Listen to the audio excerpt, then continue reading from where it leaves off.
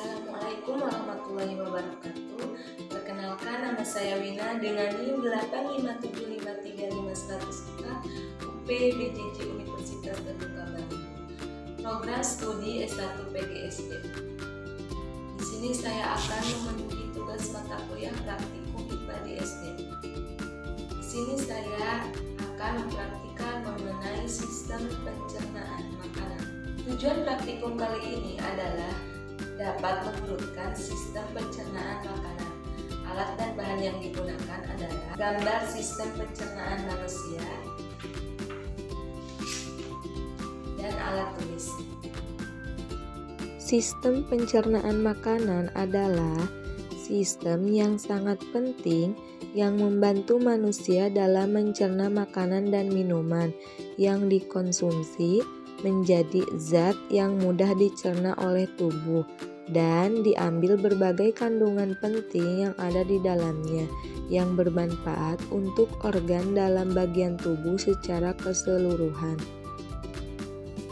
Organ pada sistem pencernaan manusia ada mulut, kerongkongan, lambung, usus halus, usus besar, dan anus.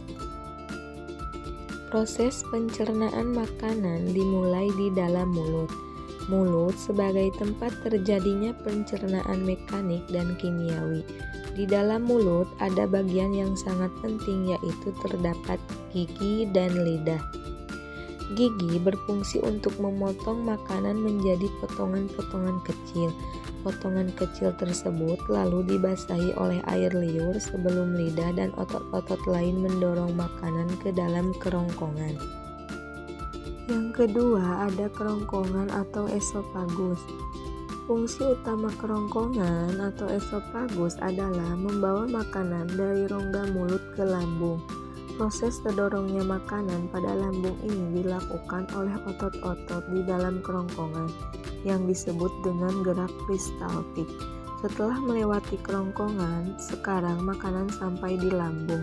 Makanan yang telah sampai di lambung akan mengalami pencernaan mekanik dan pencernaan kimiawi.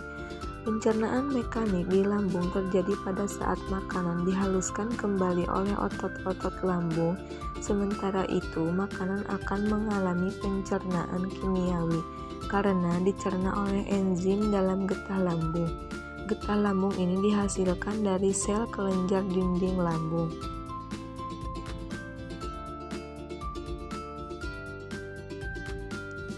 Yang selanjutnya ada usus halus. Usus halus sendiri berfungsi sebagai tempat di mana makanan kembali diproses secara kimiawi. Usus halus terbagi menjadi 3 bagian, yaitu usus 12 jari atau duodenum, usus kosong atau jejunum, dan usus penyerapan atau ileum. Usus halus pada manusia umumnya memiliki panjang 6 hingga 7 meter. Pada dinding bagian dalam usus halus terdapat pili dan mikropil yang berfungsi untuk memperluas daerah penyerapan pada usus halus agar bisa menyerap sari-sari makanan dan nutrisi lebih banyak dan cepat. Yang selanjutnya ada usus besar. Usus besar sendiri adalah organ pencernaan yang terhubung dengan usus halus. Sisa makanan yang tidak bisa dicerna dan diserap tubuh lalu akan diteruskan ke usus besar. Ini karena usus besar berfungsi untuk membusukkan sisa-sisa makanan dan dibantu oleh bakteri Escherichia coli sehingga bisa menjadi kotoran atau fesis. Dan yang terakhir ada rektum. Rektum sendiri adalah bagian paling ujung dari usus besar dan inilah yang disebut sebagai jalur yang akan dilalui kotoran menuju ke tempat pembuangan terakhir yaitu anus. Anus berfungsi sebagai tempat untuk membuang fesis atau sisa zat makanan. Kemudian otot anus akan berfungsi menahan dan menjaga fesis agar tidak keluar dari rektum sebelum saatnya. Dari pengamatan sistem pencernaan yang telah dilakukan, dapat disimpulkan bahwa urutan sistem pencernaan makanan dimulai dari mulut, kemudian kerongkongan, lambung, usus halus, usus besar, dan yang terakhir adalah anus. Sekian video praktikum dari saya, semoga bermanfaat. Terima kasih. Wassalamualaikum warahmatullahi wabarakatuh.